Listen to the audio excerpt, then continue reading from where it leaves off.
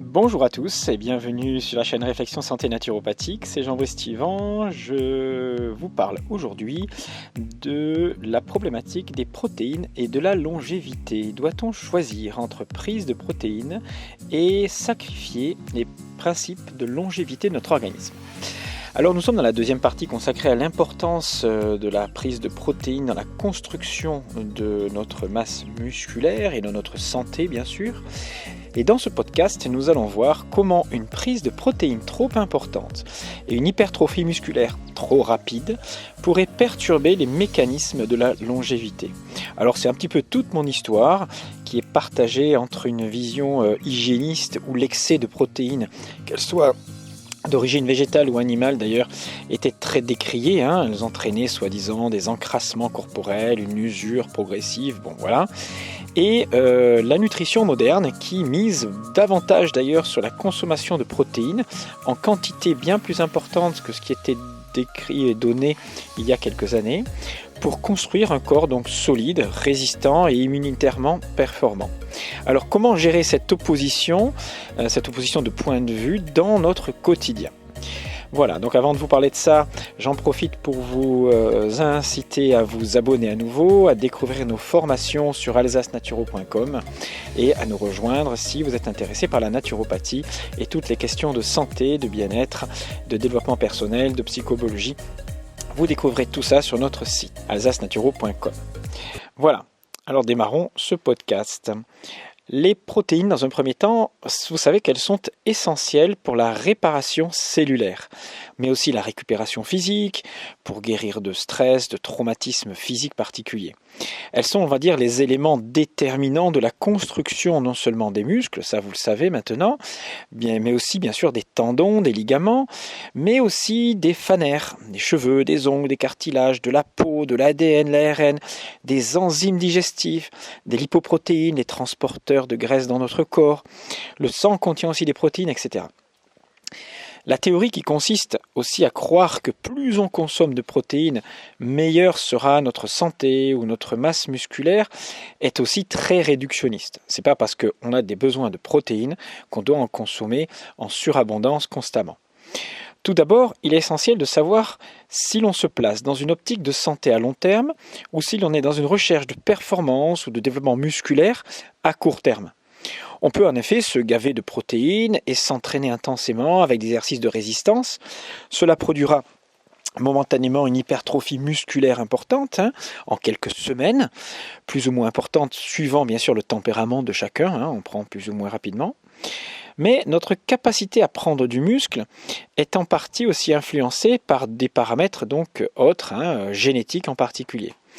On peut donc effectivement surstimuler un organisme pour une forte prise de masse musculaire en un temps très court, mais à part pour un acteur qui joue un rôle de super-héros ou un sportif en quête de performance, l'intérêt santé d'une telle transformation à court terme reste limité. On serait presque même limite dopage si l'on veut avoir des transformations en quelques semaines. C'est quasiment impossible, sauf pour certains d'entre nous qui ont des capacités de remodelage cellulaire très importantes. En tout cas, si améliorer sa densité musculaire est un gage de santé, la difficulté réside dans notre capacité ensuite à la conserver sur une durée assez importante, voire toute une vie. Le risque, c'est de vouloir devenir trop vite, toujours plus volumineux, toujours plus musclé. Se muscler dans une optique de vitalité serait plutôt maintenir un niveau de densité musculaire qui ne compromette pas les processus de longévité et de renouvellement cellulaire. Je vais m'expliquer. On ne peut pas demander à un organisme de supporter en continu à la fois des apports protéiques continus importants, s'exposer en plus à des entraînements toujours plus intenses, sans créer de fatigue, de lassitude, donc d'épuisement, de démotivation. Et tout ça, c'est souvent ce que l'on observe chez ceux qui se lancent dans la musculation pour devenir instagrammables très rapidement. Je caricature bien sûr mes propos, et il est vrai que chez ces individus-là, alors on les voit, ils brillent, ils sont transformés par certains coachs physiques en quelques semaines, en 6 mois de temps, vous les retrouvez hyper bodybuildés. Le problème, c'est que souvent, Ces transformations-là peuvent être accompagnées de difficultés digestives qui peuvent apparaître vraiment quand on exagère sur la nourriture, que ce soit sur l'aspect quantitatif ou qualitatif, ou sur les compléments alimentaires protéinés. Le risque de blessure aussi augmente lorsqu'on ne gère pas l'intensité et surtout la qualité des entraînements. La technique est très importante, etc. Et à long terme, ce sont même les processus de longévité qui risquent d'être atteints. Alors tout ceci, ce que je suis en train de vous décrire là, est le fruit d'observation, de mon expérience que j'ai pu à la fois faire sur moi, sur ce que j'ai pu observer chez beaucoup de jeunes hommes qui se lançaient dans le fitness, le bodybuilding, et qui, comme la grenouille, voulaient devenir plus gros que le bœuf. Le problème, c'est qu'ils explosent souvent en plein vol. Et ceux-là, vous ne les verrez pas. Vous ne les verrez pas sur les réseaux, ils ont des difficultés digestives, ils vieillissent pas bien, ils se traînent, voire ils n'arrivent pas à prendre du muscle. Vous ne voyez que ceux qui aboutissent à ces processus-là et qui sont parfois des êtres un petit peu différents de vous et exceptionnels.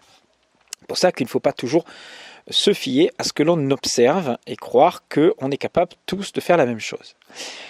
Construire du muscle passe par des processus anaboliques relativement lents.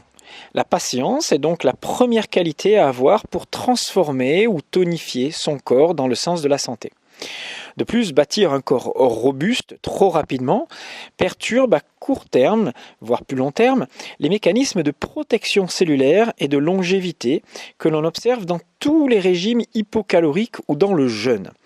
Alors tout ça, c'est basé surtout sur les travaux de Valter Longo, qui a remis au goût du jour ce que certains hygiénistes avaient observé il y a déjà bien longtemps. Alors pour ceux qui ne connaissent pas Valter Longo, c'est le grand ponte du jeûne et des mécanismes de longévité, de ceux qui est, on va dire, reconnu dans son domaine aujourd'hui. Et il explique, dans ses livres, dans ses travaux, qu'une réduction des apports de protéines améliore la longévité des animaux étudiés.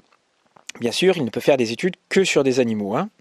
Alors il a été constaté que plus il y a de croissance dans un organisme, qui est stimulé par l'hormone de croissance en particulier, et son dérivé l'IGF-1, Insulin Growth Factor, qui est en fait un facteur de croissance, ou si vous voulez un facteur anabolisant de l'organisme, eh bien, plus ces animaux étaient stimulés dans ces hormones-là et par des apports protéinés importants, moins longue était leur durée de vie.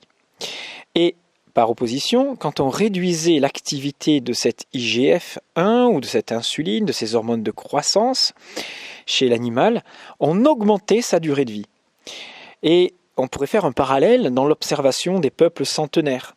Tous les peuples centenaires qui sont étudiés partout dans le monde ont en commun, la plupart d'entre eux du moins, une consommation calorique un peu inférieure à la moyenne des habitants de leur pays. Okinawa par exemple, ou dans l'île d'Ikari en Grèce, on a bien sûr cette différence-là qui existe, même si ça n'est pas systématiquement vrai partout, c'est-à-dire que vous avez des pays comme les Yakoutes en Sibérie qui consomment un peu plus de protéines que les autres membres, on va dire, de leur pays, et ils ont une durée de vie plus élevée que les autres citoyens de ce même pays, alors qu'ils consomment moins de protéines. Mais c'est un cas, on va dire, très isolé, et en général, les peuples qui consomment un peu moins de protéines et un peu moins de calories vivent en moyenne, bien sûr, plus longtemps, et en meilleure santé surtout. Alors, la croyance en vigueur est que la croissance musculaire ne peut se faire que par des apports de protéines et de glucides importants pour stimuler l'anabolisme sous l'action donc des hormones, d'IGF, d'hormones de croissance, de l'insuline. Donc tout ça étant stimulé par des prises alimentaires répétées et importantes. Alors cette croyance-là, elle est très importante dans le domaine du fitness.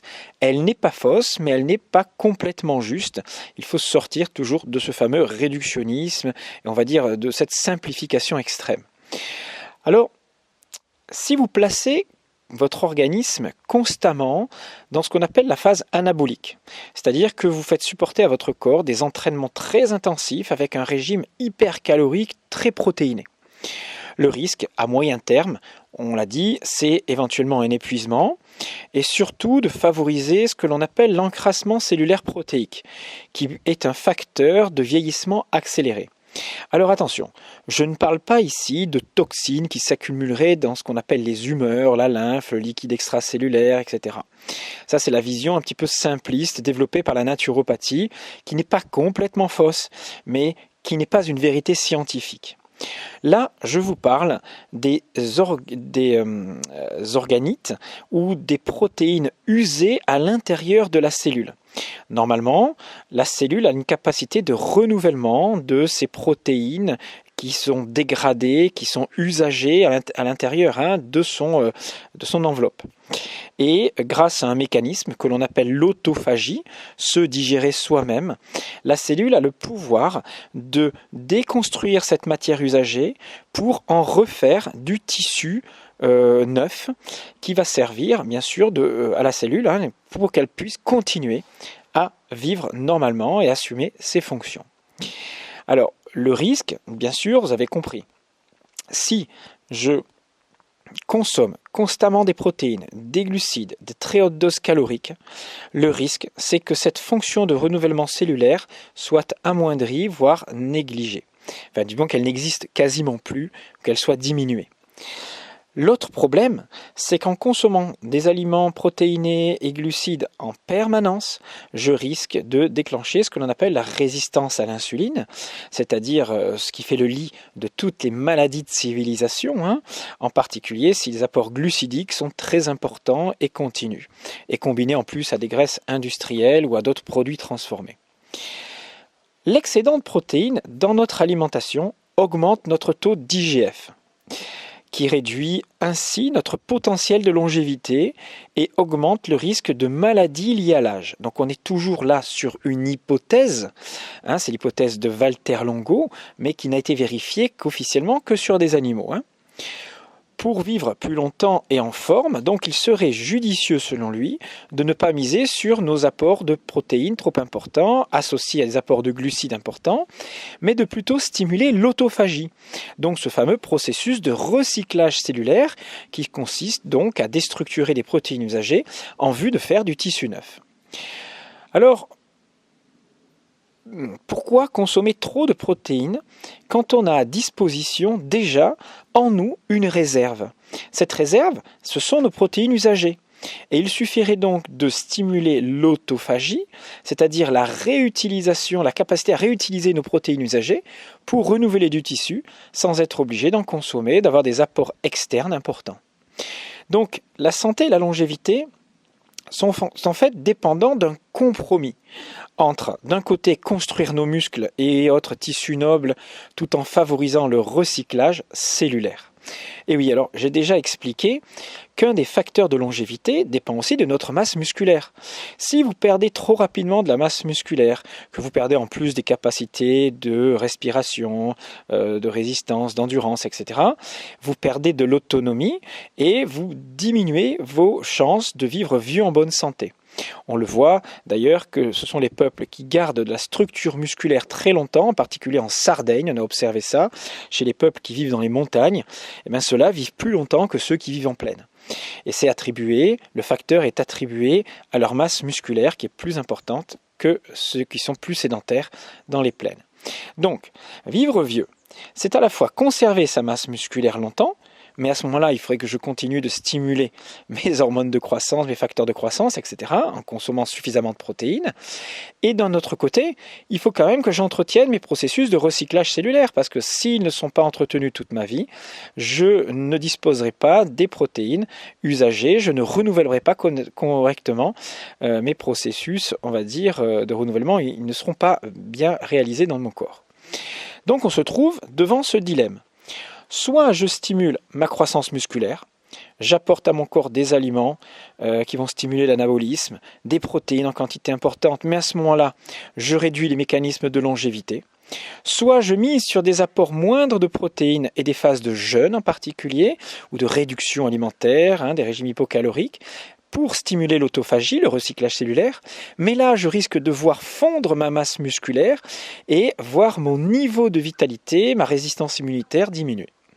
Alors quelle stratégie adopter pour faire cohabiter cette phase anabolique et cette phase de recyclage sans perte musculaire?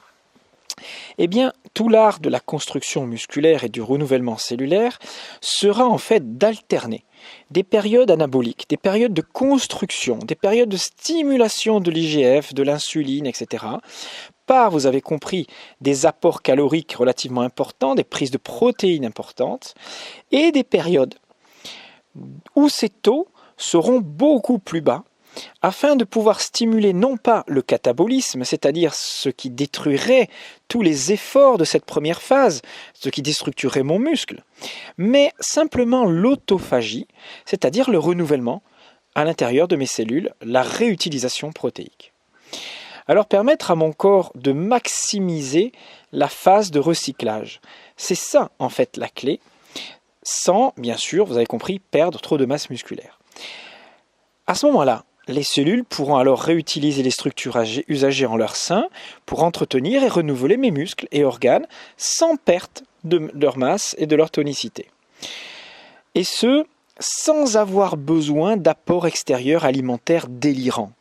Parfois, vous avez des personnes qui pensent que consommer 3-4 grammes de protéines par kilo de poids par jour, j'ai évoqué ça lors du dernier podcast, vous arrivez à des personnes qui sont obligées qui consomment 300 grammes de protéines. Je ne vous parle pas d'aliments protéiques, je vous parle de protéines pures pour quelqu'un qui fait 70 kg de poids de corps. Ça voudrait dire que chaque jour, ces personnes-là sont obligées de consommer 500 grammes de viande, 10 œufs, 200 grammes de fromage, plus des portions, par exemple, de whey, du riz à tous les repas pour faire monter les glucides et le taux d'insuline, etc. Un tel régime nécessite des prédispositions digestives particulières, il faut pouvoir encaisser et digérer tout ça correctement, et ensuite, surtout, d'amener une certaine usure, sans compter le risque de maladies métaboliques, de résistance à l'insuline qui s'installe. Alors attention, ce n'est pas le cas et le risque pour tout le monde. Vous avez des gens qui arrivent à avoir des entraînements de fou, qui tolèrent ces régimes-là, c'est le régime bodybuilder. Et d'ailleurs, c'est ce que faisaient certains bodybuilders dans les années 70, 80, 90. Il y en a encore qui le font, bien sûr, avec des apports énormes. Schwarzenegger est encore vivant, malgré tout, vous avez compris. Il a plus de 76 ans, maintenant 78 ans. Et malgré des journées, pendant des dizaines d'années, il a consommé plus de 6000 calories par jour. Il avait des prises de protéines monstrueuses, c'est-à-dire 2 à 3 kilos de viande par jour. Il consommait 20 œufs par jour, etc. Et je ne vous parle pas des anabolisants et autres dopants. Et pourtant, parmi tous les bodybuilders de l'époque, certains vivent encore. Ils sont relativement vieux aujourd'hui, mais on ne peut pas faire de généralité venant de personnes exceptionnelles, dont nous ne connaissons en plus pas réellement l'état de santé aujourd'hui. Ce sont ce qu'on appelle des athlètes de l'extrême, et statistiquement, même si aujourd'hui ils n'ont pas plus de cancer que la moyenne, il est très difficile de tirer des conclusions de leur mode de vie. Voilà, il y a beaucoup de choses qui sont hélas cachées, et puis certains d'entre eux aussi sont morts jeunes à cause des prises d'anabolisants. Mais bon, revenons à notre propos. Quelles seraient les solutions pour réaliser ce fameux compromis difficile à réaliser, c'est-à-dire construire du muscle sans sacrifier les mécanismes de l'autophagie et de la longévité? Alors une façon de répondre à ce défi, vivre longtemps en bonne santé en conservant du muscle, serait par exemple de réserver des courtes périodes anaboliques, par exemple pendant 3, 4, 5 jours. On va se concentrer sur réaliser des séances d'entraînement physique intenses, avec des résistances, des poids assez importants, des séances d'entraînement relativement difficiles pendant 3-4 jours, que l'on va associer à des prises de protéines et de glucides un petit peu, mais surtout de protéines à haute valeur biologique. Alors je reviendrai sur la nature des protéines à consommer dans le prochain podcast. Et bien sûr, donc ces protéines vont être réparties sur 3 voire 4 repas avec une collation pour vraiment stimuler des apports, avoir des prises régulières toutes les 3-4 heures de protéines pour la construction du muscle. Mais à côté de ces phases dites anaboliques, durant ces 2 jours, il est important de comprendre qu'il va falloir les faire suivre d'une phase où l'organisme va se reposer, va se restructurer et relancer ses mécanismes autophagiques. C'est-à-dire qu'on va lui laisser le temps d'inverser ce processus-là. Mais attention, sans sacrifier de muscles, c'est ça l'idée. Donc, à la suite de ces 3-4 jours de, on va dire, anabolique, on va faire suivre une phase de repos avec une petite période de jeûne, par exemple réaliser des jeûnes intermittents le matin de 16 heures minimum, une prise de protéines et de glucides qui vont être très modérées durant le restant de la journée. Mais attention, on va garder toujours un petit apport protéique suffisant pour ne pas perdre les bénéfices de l'entraînement et de la stimulation qu'on a recherché pendant 3 jours auparavant. Donc on va maintenir des apports protéiques autour de 0,7-0,8 grammes par jour, par kilo de poids de corps, c'est-à-dire entre 1 gramme, on était avant entre 1 et 1,5 g, 1,6 g, on va passer aujourd'hui donc à des apports autour de 0,8. On va veiller à ce qu'un apport plus important en acides gras compense la baisse des apports protéiques et glucidiques durant les 3 jours précédents. Alors, ma préférence en termes d'acides gras, que ce soit des acides gras saturés, oméga 3, oméga 9, elle va quand même, alors bien sûr pas vers les oméga 6, qui sont pro-inflammatoires, je ne vais pas y revenir, mais vers des graisses plutôt de nature saturée, ou oméga 3, bien sûr, ou oméga 9, je l'ai dit, mais saturés à chaîne moyenne. On les trouve dans de l'huile de coco, on les trouve dans certaines volailles, dans du mascarpone, dans les fromages de chèvre ou de brebis, du beurre au lait cru, voilà, au lait cru de préférence. Et ces graisses sont très intéressantes, c'est à chaîne moyenne, saturées à chaîne moyenne, parce qu'elles se transforment très vite en énergie. D'autre part, elles ont d'autres avantages. On sait que les graisses sont essentielles au maintien de l'équilibre hormonal et musculaire sans créer de poussée d'insuline ou d'IGF. Et c'est ce que l'on recherche dans cette phase, limiter les poussées de facteurs de croissance pour favoriser l'autophagie. D'autre part, on sait que ces acides gras vont permettre la formation de corps cétoniques qui vont mettre l'organisme dans un autre métabolisme, et on appelle ça maintenir la flexibilité métabolique. Vous allez passer pendant 3-4 jours d'un apport énergétique basé sur les protéines et les glucides à des apports de type corps cétonique issus des graisses. Vos graisses vont se transformer lorsque vous n'apportez plus suffisamment de sucre et pas trop de protéines en corps cétonique. Et ces corps cétoniques vont devenir le carburant numéro 1 de l'organisme, que ce soit du muscle ou du cerveau. C'est-à-dire que vous allez vous habituer à basculer d'un régime qui fonctionne sur un carburant glucidique à un régime qui fonctionne sur un carburant corps cétonique. Pour cela, pendant, on va dire, 2-3 jours, vous n'allez plus consommer que vos apports caloriques vont ne plus provenir que d'essentiellement des graisses.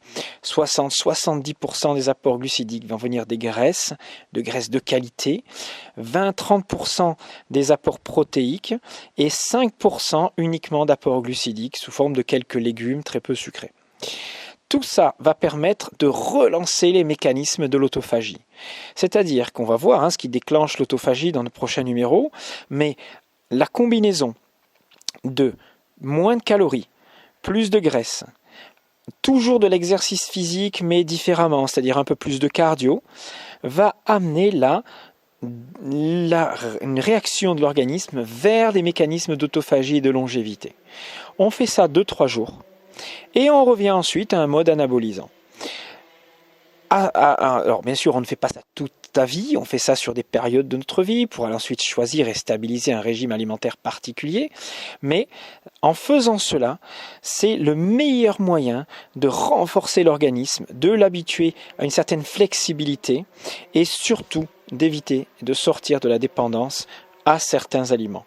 Vous ne vous contentez plus de continuer à prendre toujours les mêmes aliments et à limiter votre organisme, à toujours digérer les mêmes choses, à avoir toujours les mêmes réponses, etc., le même microbiote, et parce que dès que vous allez faire un excès ou un dépassement, votre corps il va être perdu. Là, avec ce régime d'alimentation flexible, vous allez vous rendre beaucoup plus adaptable. Alors, on peut encore pousser pour maintenir les mécanismes d'autophagie. Et moi, je pense que une fois par an, on devrait faire un jeûne de 5 à 10 jours qui permettrait de remettre à zéro un petit peu les compteurs au niveau des nettoyages cellulaires profonds. Alors, bien sûr que pendant une semaine de jeûne, on a une petite perte de muscle qui est observée. Mais elle sera très vite retrouvée à la reprise alimentaire, avec un corps qui va devenir beaucoup plus réceptif, beaucoup plus capable d'assimiler correctement les nutriments. Bien sûr, on les sélectionnera pour qu'ils soient parfaitement bons.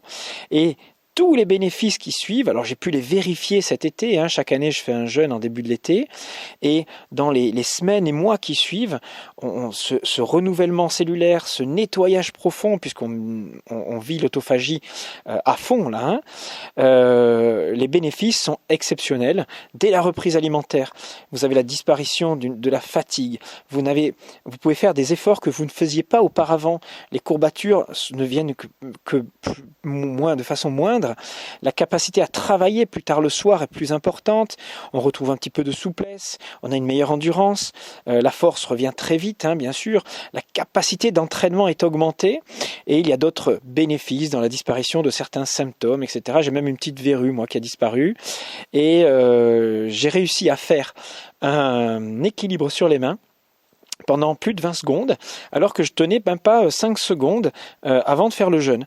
Alors je ne sais pas si c'est ce déclencheur qui a eu lieu après le jeûne, si c'est lié au jeûne ou pas, mais en tout cas c'est particulier.